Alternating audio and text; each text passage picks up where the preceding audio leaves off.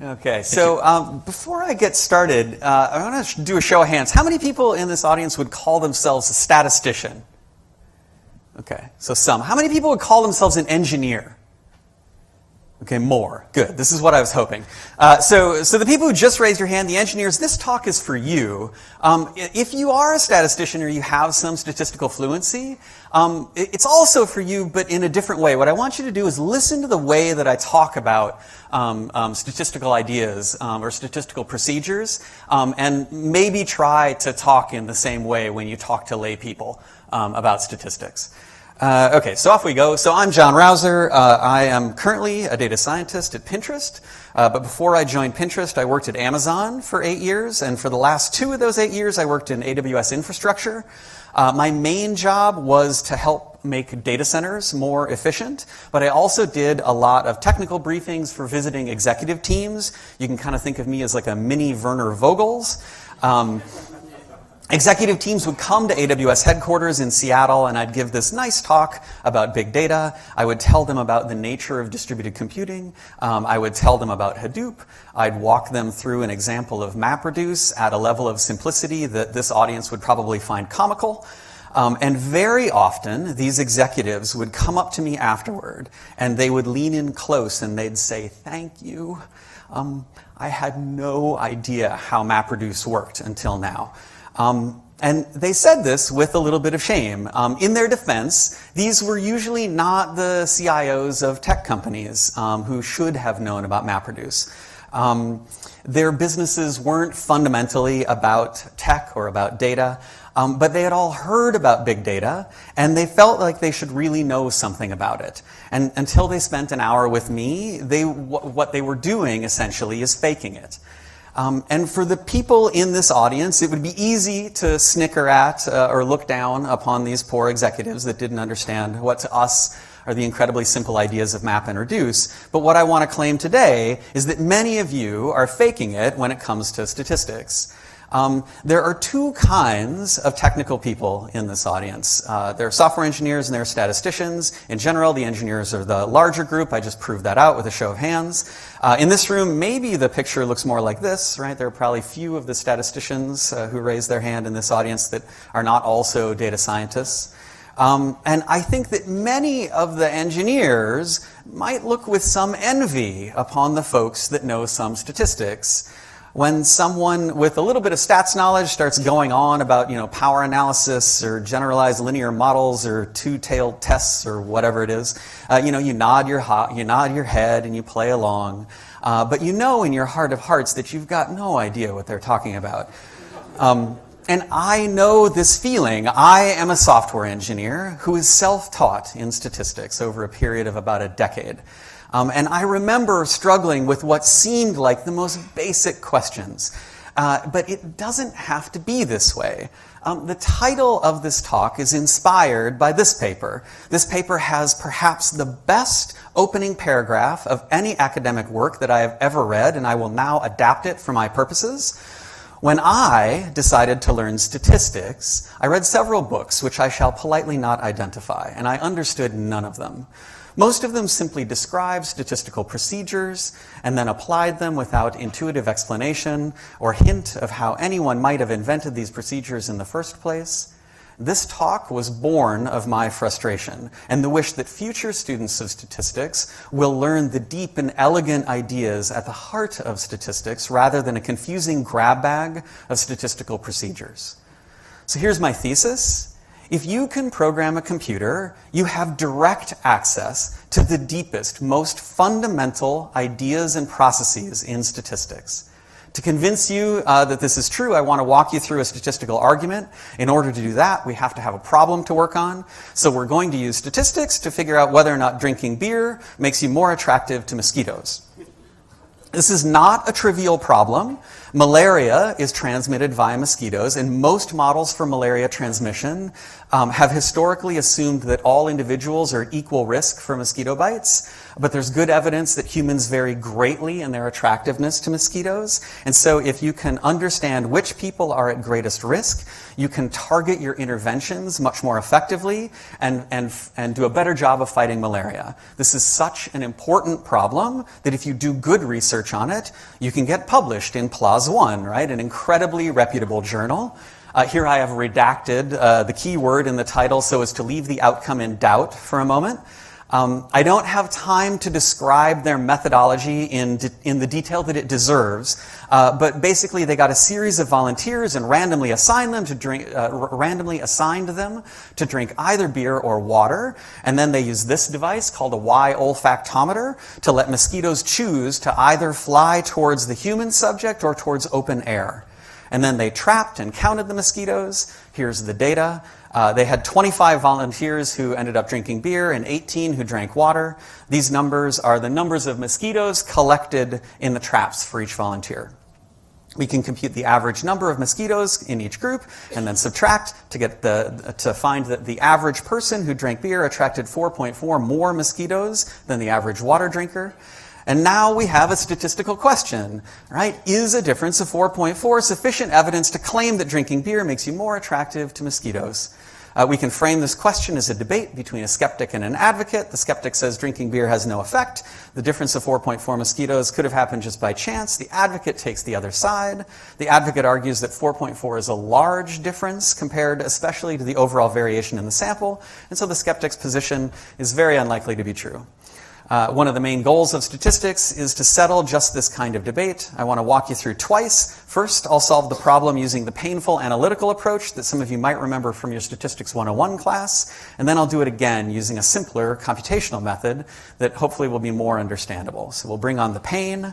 If you took a stats class, or you tried to read a stats book, you might dimly recall something called a t-test that can be used to solve problems like this. So you head off to Wikipedia, and you remember the first thing you need to do is you need to pick a test statistic. There are a whole bunch of possible choices, but after reading for a few minutes, you settle on this one, known as Welch's t-test. You plug in your numbers, you get a value of 3.67 for your year data. You don't really know what this t thing is, but Wikipedia tells you that if the skeptic is right, then t is distributed according to this formula. That L-looking thing, that's the gamma function. That V-looking thing, that's the number of degrees of freedom. You read on Wikipedia about degrees of freedom for a little while, and you learn that degrees of freedom is the number of dimensions of the domain of a random vector. You have no idea what that means, but the page for the t-test says that you can estimate your number of degrees of freedom with this equation, and so you dutifully plug in your numbers, and you get that you have 39.1 degrees of freedom. How you figure out the next step, I have absolutely no idea, but somehow you manage to figure out that what you need to do is to take the 39 and use it to look up the critical value for the t-test in a table. So you go off and you do that, and you get that your critical value at the 95% level for 40 degrees of freedom is 2.021, and that t-statistic that you computed 5 slides ago, 3.67, that's larger than the critical value of 2.021, and so sweet, you can now confidently reject the skeptic's argument and say that a difference of 4.4 additional mosquitoes is statistically significant at the p.05 level. And I'm willing to bet that only a few people in this audience have any idea how that argument really works. Even if you were familiar with the statistical recipe that I just ran you through, this thing is the really deep idea at the heart of that argument. If the skeptic refuses to believe your assertion that this is the correct formula, your entire argument falls down in ashes. In the general recipe for statistical inference, this thing is called the sampling distribution of the test statistic under the null hypothesis. And the reason that Statistics 101 was so incredibly painful is that the idea of a sampling distribution is really hard to understand, even under the best conditions. And when it's presented as pure mathematical formalism, as a mathematical object like this, all slathered up in degrees of freedom mumbo-jumbo, it's just hopeless, right? There might be 5 people in this room, the people who raised their hands, who could sit down and just derive this from first principles. I am certainly not among those people, and I am a working data scientist. Okay, so that was Statistics 101. What about this computational method that I promised? Well, remember, the thing that we're trying to do is to figure out whether this 4.4 is a large or a small difference. So we'll just mark that 4.4 on a plot. And here's our original data, color-coded according to whether the subject drank beer or water. And now, if the skeptic is right, it doesn't matter what each subject drank, right? The skeptic says there's no effect, the labels are meaningless, they carry no information, and so I can just randomly shuffle them and then rearrange them and tidy them up and compute the mean of each group and subtract the means to get a new difference of 3.3 mosquitoes. We'll add a little dot to our plot at 3.3, and now we can do that whole dance over again. We'll start with the original data, randomly shuffle, rearrange, tidy them up, compute the means, subtract the means, and now I get another one, 0.1. We'll put that on our plot. And now we can keep repeating that process over and over and over again.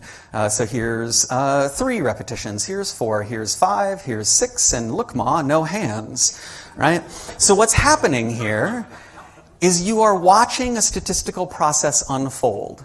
What we are doing is we are building up the sampling distribution under the skeptic's argument. Here's 20 repetitions, here's 30, here's 50, here's 50,000 repetitions. So recall the skeptic's argument that there is no effect and that the labels on the data were completely meaningless. This data was generated under that assumption, and it shows the range of possibilities if the skeptic is right. And if the skeptic is right, a difference of 4.4 is fantastically rare. It happened just 14 times in 50,000 trials. And so it is, as the advocate said, the skeptic's argument strains credibility and can be safely rejected. And that, of course, was the conclusion of the researchers that gathered this data in the first place. And to do the statistics that we just did, you needed 3 essential things: the ability to follow a straightforward logical argument, random number generation, and iteration. You were born with the first of these 3 things, and the last 2 are provided by any programming language with a decent library. So with these 3 things, you have everything you need to understand this argument at a very deep, fundamental level. And that is in contrast to this, the details of which you really need years of study, I think, to come to grips with. Now, many of you will have programmed a Monte Carlo simulation like this at some point in your life, and when you did, you probably felt like you were cheating. You felt like the right way to do it would have been to do a bunch of mathematics, and that is wrong, I say. The analytical approach is not better. This is an approximation to a distribution under a model with a whole bunch of assumptions which are rarely true and are almost always ignored anyway. Mathematical statistics is deep, and it is beautiful, and it is worthy of study for both practical and aesthetic reasons, but mathematical statistics is not the totality of statistics. In 1936, Sir R.A. Fisher, one of the titans of modern statistics, in a paper described almost exactly this technique. And he notes that the statistician does not carry out this very simple and very tedious process because he didn't have a computer in 1936. He would have. But his conclusions, he goes on to say, have no justification beyond the fact that they agree with those which could have been arrived at by this very elementary method. So Fisher himself, right, one of the greatest statisticians of all time, has given you his blessing to go off and write random permutation tests, which is the name of that simple computational method I just walked you through. The permutation test is just one of a whole class of methods known as resampling methods. The other resampling method that I would tell you about if I had more time is bootstrapping, which is fantastically useful, but I don't have time, so I'll just restate my thesis in a slightly different way. The message I want to leave you with is this: if you can program a computer, you have superpowers when it comes to learning statistics, because being able to program allows you to tinker with the most fundamental ideas in statistics, the way you might have tinkered with electronics when you were a kid, or with mechanical things, or with music, or with sports. So I want you to go out and attack statistical problems with a feeling of joy, in the spirit of play, and not from a position of fear and self-doubt. That's all I have. Thanks for your time.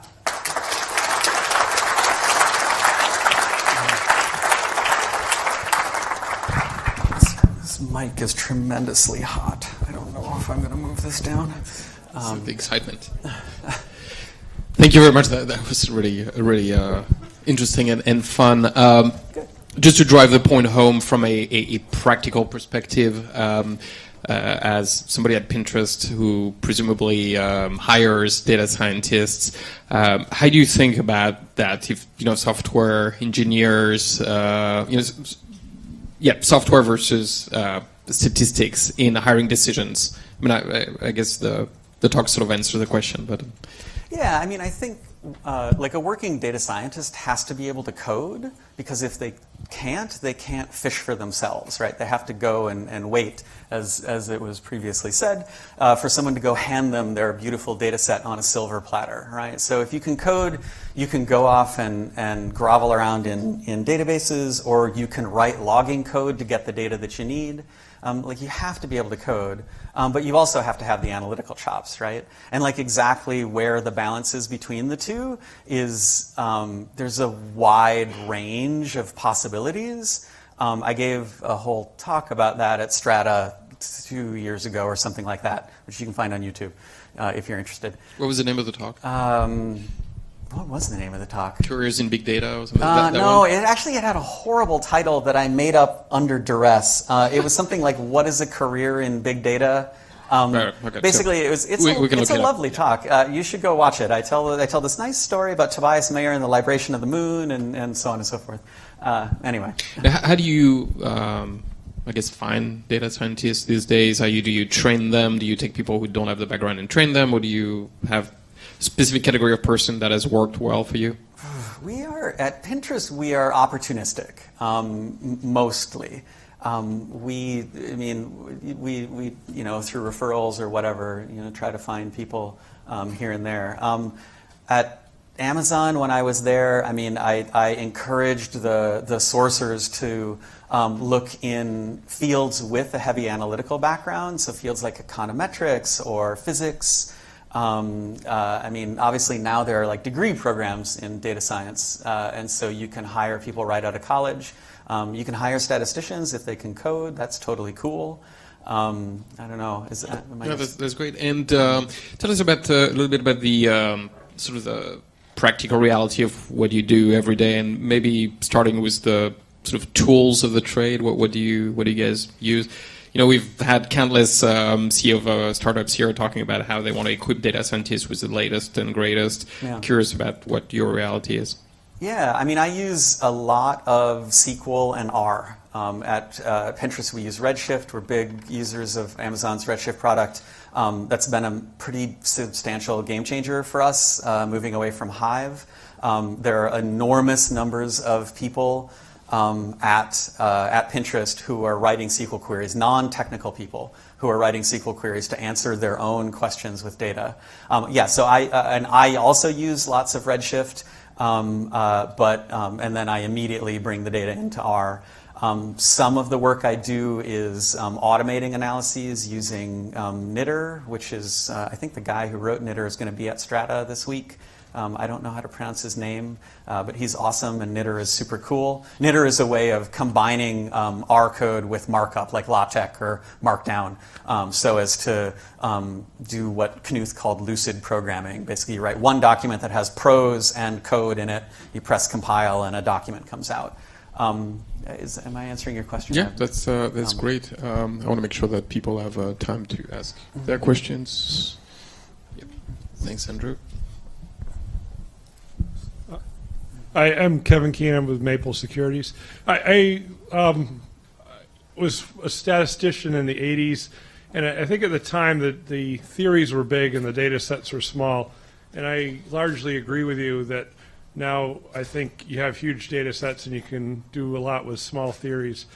The Bayesian statistics, I don't think you mentioned, but on the computer vision side, they have relied heavily on some of the techniques you mentioned, the Monte Carlo and Gibbs sampling and everything else. So there's a big field of statistics, I think, that meshes well with the computer science, which is a Bayesian statistics, and they've done a lot of cool things in the last few years. I agree with that, I guess. There wasn't exactly a question in there, though I can just react to what you said. Or was there a question and I missed it? Just, say that I think you're right on the small techniques. techniques in the big data get you very far. Yeah, I mean, I agree that I mean, there's a joke. The best machine learning algorithm. If you want to figure out the best machine learning algorithm for some problem, you go read the latest research, and then go and implement the thing that the latest research claims to beat.